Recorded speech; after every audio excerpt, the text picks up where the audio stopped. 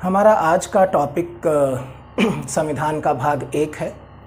जैसा कल मैंने आपको बताया था, संविधान का भाग 1 बात करता है संघ और उसके राज्य क्षेत्र की। भाग 1 आज जितना महत्वपूर्ण है उतना ही महत्वपूर्ण वो आज से 75 वर्ष पहले भी था। संविधान के लागू होने के साथ ही भारत में नए राज्यों की मांग आरंभ हो गई थी और वो आज तक चल रही है। तो भाग 1 प्रारंभिक परीक्षा के लिए, प्रीलिम्स के लिए, मेंस के लिए, एसए के लिए और इंटरव्यू के लिए हमेशा से एक अहम यानी कि मेजर टॉपिक रहा है। इस चैप्टर के 2 पार्ट हैं। पार्ट 1 जहाँ तक सवाल है आर्टिकल 1 to 4 हम कॉन्स्टिट्यूशनल प्रोविजंस को, संवैधानिक प्रावधानों को समझेंगे और इसका पार्ट 2 भारत के इतिहास से जुड़ जाता है और वो इतिहास आज वर्तमान को प्रभावित कर रहा है, अर्थात नए राज्यों की मांग।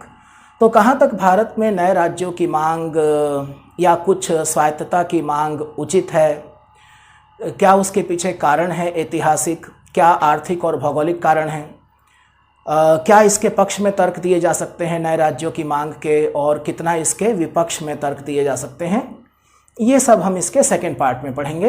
तो पार्ट 1 में सबसे पहले हम संवैधानिक प्रावधान पढ़ेंगे। तो जैसा आप बोर्ड पर देख सकते हैं, अगर ये पूरा दिखाई दे रहा हो ठीक से, संघ एवं इसका क्षेत्र, union and it's territory, part 1 article 1 to 4।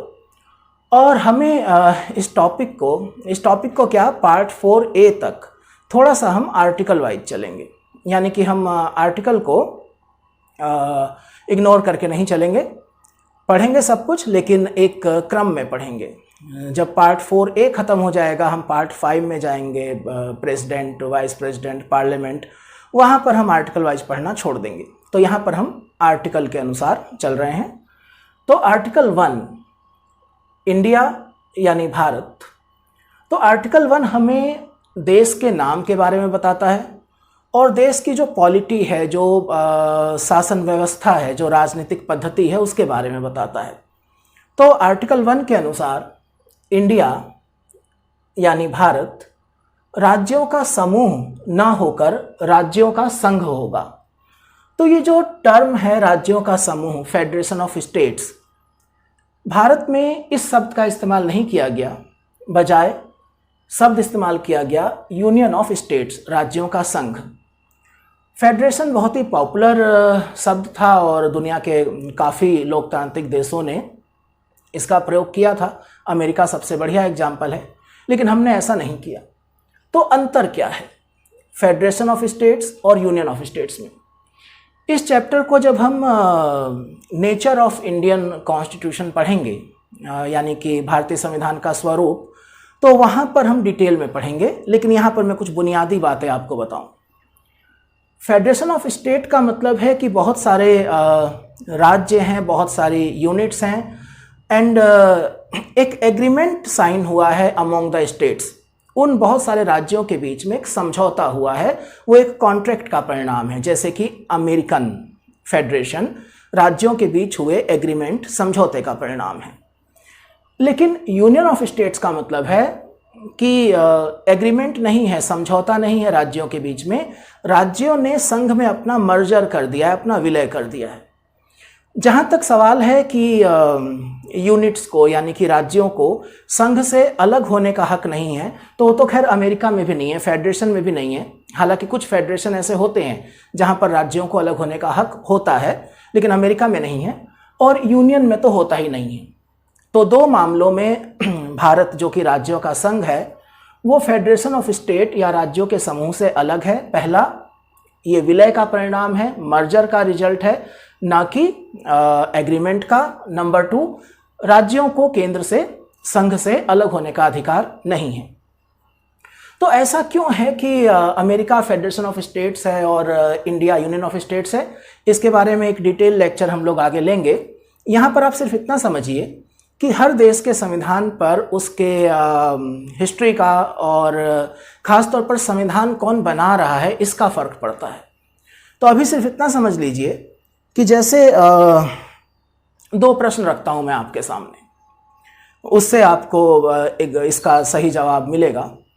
एक प्रश्न तो यह है कि पूरी दुनिया में एक खास तरह का जेंडर डिस्क्रिमिनेशन पाया जाता है, सुपरमेसी पाई जाती है। अधिकतर हिस्से दुनिया के पुरुष प्रधान हैं, मेल डोमिनेटेड हैं, तो सत्ता पुरुषों के हाथ में है।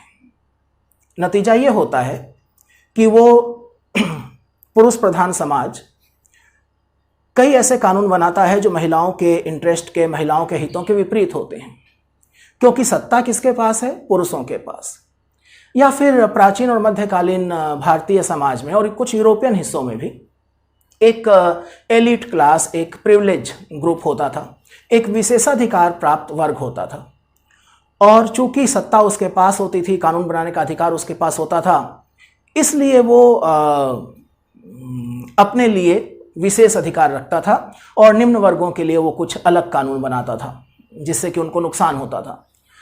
तो मैंने प्रश्न तो नहीं पूछा, मैंने सीधे सीधे आपको जवाब दे दिया। प्रश्न ये थे कि पूरी दुनिया में एक खास तरह का जेंडर डिस्क्रिमिनेशन क्यों है और क्यों एक कानून पुरुषों के लिए अलग है, महिलाओं के लिए अलग है, और दूसरा ये कि भारतीय समाज के संदर्भ में क्यों कुछ वर्गों के पास विशेषाधिकार थे और अन्य वर्गों के पास नहीं थे। मतलब ये है कि जो कानून बनाता है वो अपने आप को कुछ फेवर देता है। तो कहाँ तक ये अमेरिका और भारत के संविधान पर लागू होता है? संक्षेप में इतना समझिए कि अमेरिका का संविधान राज्यों ने बनाया। कुछ राज्य इकट्ठा हुए, आप वर्ल्ड हिस्ट्री में पढ़ेंगे फिलाडेल्फिया कॉन्फ्रेंस, तो कुछ राज्य इकट्ठा हुए और उन्होंने मिलकर के एक संविधान निर्माण का प्रयास किया कि हमें एकजुट होकर रहना है। सबकी अपनी अपनी चिंताएं थीं, तो सबने अपने अपने हितों की बात करी, जो बचा वो सेंटर को दे दिया। तो एक ऐसा फेडरेशन बना, एक ऐसा संघ बना जिसमें सेंटर कमजोर हो गया, राज्य मजबूत हो गए। भारत में ऑलरेडी एक केंद्र एग्जिस्ट कर रहा था, एक केंद्र मौजूद था, तो भारत में संविधान केंद्र के द्वारा निर्मित किया गया। तो मूल कारण कि अमेरिका ऐसा क्यों है और भारत वैसा क्यों है, अमेरिका में संविधान स्टेट ओरिएंटेड फोर्सेज ने बनाया, इसलिए वो एक डिफरेंट टाइप का संघ बना, और भारत में संविधान सेंटर ओरिएंटेड फोर्सेज ने बनाया, इसलिए वो एक डिफरेंट टाइप का संविधान बना। अब इसके बाद आप देखिए कुछ और चीज़ें, जैसे हमारे देश का नाम आर्टिकल 1 में इंडिया और भारत। इंडिया और भारत के पीछे की कहानी क्या है, क्यों हमारे देश को इंडिया कहते हैं, क्यों हमारे देश को भारत कहते हैं। भारत नाम के पीछे भी 3 अलग अलग मत हैं। महाभारत शकुंतला दुष्यंत की कहानी से लेकर के, जैन धर्म से लेकर के, और ऋग्वेद में प्राचीनतम उल्लेख। तो इसके ऊपर अलग से इतिहास में मैं एक लेक्चर डालूंगा। तो इंडिया और भारत, संविधान सभा में हिंदुस्तान शब्द के ऊपर भी विचार विमर्श हुआ था, तो वो कहानी फिर कभी। आर्टिकल 1 भारतीय क्षेत्र के 3 प्रकार बताता है। जो इंडियन टेरिटरी है वो 3 भागों में विभाजित है: states, union territory, acquired area. Indian constitution का शेड्यूल 1 अनुसूची 1 आपको भारत के राज्य और यूनियन टेरिटरीज के बारे में जानकारी देता है। राज्यों, यूनियन टेरिटरीज के नाम, उनका क्षेत्र विस्तार, ये सब शेड्यूल 1 में मिल जाता है। इन सब के लिए एक समान संवैधानिक व्यवस्था है, हालांकि कुछ एक्सेप्शन भी हैं, कुछ अपवाद भी हैं, जैसे कि आर्टिकल 371 जो कि पार्ट 21 का सब्जेक्ट है, जहां पर कुछ राज्यों को विशेष दर्जा, स्पेशल स्टेटस दिया गया है। वहाँ पर पढ़ेंगे हम पार्ट 21 में। या फिर शेड्यूल 5 और शेड्यूल 6 जहाँ पर नॉर्थ ईस्ट के कुछ राज्यों के लिए स्पेशल प्रोविज़न है। संविधान का भाग 10 पार्ट 10 अनुसूचित क्षेत्रों के लिए विशेष प्रावधान करता है, वहाँ पर हम उसको पढ़ेंगे। तो आर्टिकल 1 मोटे तौर पर हमें ये सब जानकारियाँ दे रहा है। इसके बाद आर्टिकल अच्छा, एक चीज़ और भी है। जब आप लक्ष्मीकांत पढ़ते हैं तो वहाँ पर एक शब्द आता है कि भारत के क्षेत्र, टेरिटरी ऑफ इंडिया, और भारत का संघ, यूनियन ऑफ इंडिया, दोनों शब्द जो हैं वो अलग हैं। और जो टेरिटरी ऑफ इंडिया है, भारत के क्षेत्र है, वो भारत के संघ से ज़्यादा महत्वपूर्ण है, ज़्यादा ब्रॉड। तो भारत के क्षेत्र में स्टेट, यूनियन टेरिटरीज और एक्वायर्ड एरिया शामिल हैं।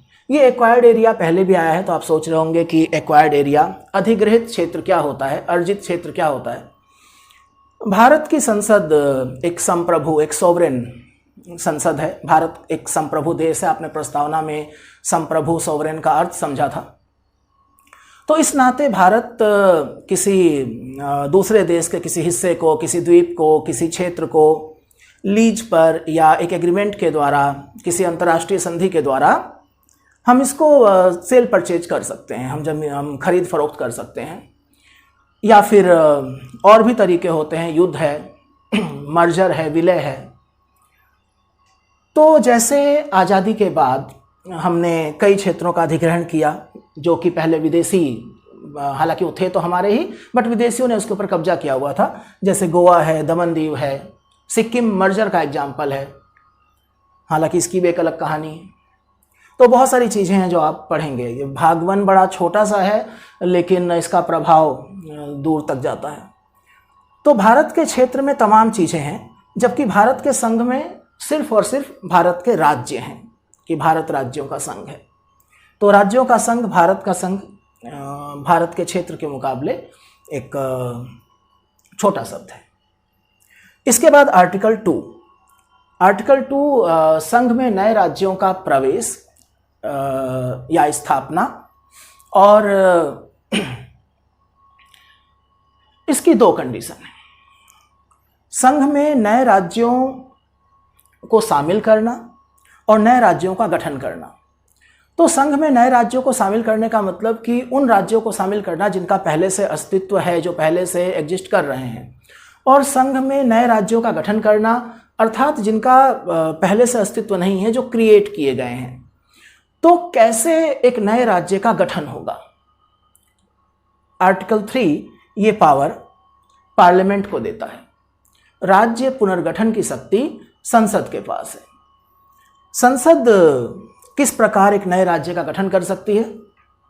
वो किसी एक राज्य के एक हिस्से को अलग कर सकती है, जैसे उत्तर प्रदेश से उत्तराखंड अलग हुआ, आंध्र प्रदेश से तेलंगाना अलग हुआ। या फिर वो किसी एक राज्य का स्पष्ट तौर पर 2 राज्यों में विभाजन कर दे, या फिर वो कई राज्यों के कुछ हिस्सों को मिला करके एक नए राज्य का गठन कर दें। जैसे आप अगर भारत के मैप में देखेंगे, जहाँ पर उत्तर प्रदेश, मध्य प्रदेश, छत्तीसगढ़, झारखंड और बिहार कॉमन बॉर्डर शेयर करते हैं, ये 5 राज्य। तो वहाँ पर हर राज्य के 2, 3, 4 जिले एक समान भाषा, एक समान संस्कृति के आधार पर 13-14 जिले एक राज्य की मांग करते हैं। तो वो भी संभव है। राज्य क्षेत्र को बढ़ाना या फिर घटाना, तो देखिए स्वाभाविक है, आप किसी एक राज्य का हिस्सा दूसरे राज्य को देंगे तो एक राज्य का क्षेत्र बढ़ जाएगा, एक का घट जाएगा। सीमाओं में परिवर्तन भी उसके साथ ही हो जाएगा। आपने एक नए राज्य का निर्माण नहीं किया, लेकिन मान लीजिए कुछ गांव आपने दूसरे राज्य को दे दिए, कोई शहर दूसरे राज्य को दे दिया, तो एक का क्षेत्रफल कम हो गया, एक का क्षेत्रफल ज़्यादा हो गया, एक की सीमा सिकुड़ गई, एक की बढ़ गई। या फिर राज्य के नाम में परिवर्तन, तो ये भी आर्टिकल 3 के अंतर्गत संसद की शक्ति है। अब संसद इस काम को करती कैसे है? संसद किसी भी नए राज्य का गठन या किसी राज्य की समाप्ति या किसी राज्य को यूनियन टेरिटरी में बदलना, जैसे कि जम्मू कश्मीर को 2 भागों में बांटा गया और लद्दाख और जम्मू कश्मीर को यूनियन टेरिटरी बना दिया गया, तो संसद एक कॉन्स्टिट्यूशन अमेंडमेंट के जरिए, संविधान संशोधन के जरिए ऐसा कर सकती है। और ये अमेंडमेंट सिंपल मेजॉरिटी से होता है, अर्थात ये 368 के दायरे में नहीं आता है। 2 कंडीशन है, 2 प्री कंडीशंस हैं, 2 पूर्व शर्तें हैं आर्टिकल 3 के लागू होने की। पार्लियामेंट में कोई भी ऐसा बिल जो किसी नए राज्य के गठन से संबंधित है, बिना प्रेसिडेंट, बिना राष्ट्रपति की पूर्व अनुमति के नहीं रखा जाएगा। नंबर 2, राष्ट्रपति की ये ड्यूटी है कि वो प्रत्येक ऐसे बिल को उस स्टेट लेजिस्लेटिव असेंबली, उस राज्य विधानसभा के पास उसका मत जानने के लिए भेजे जिसका विभाजन किया जा रहा है। अगर 2 राज्यों से संबंधित बिल है तो दोनों राज्यों की विधानसभाओं को भेजे। हालांकि उन राज्यों की विधानसभाओं के द्वारा जो प्रस्ताव पारित किया जाएगा उसको मानने के लिए राष्ट्रपति बाध्य नहीं है। तो इस प्रकार से संसद एक नए राज्य का पुनर्गठन, एक नए राज्य का गठन कर सकती है, राज्यों का पुनर्गठन कर सकती है।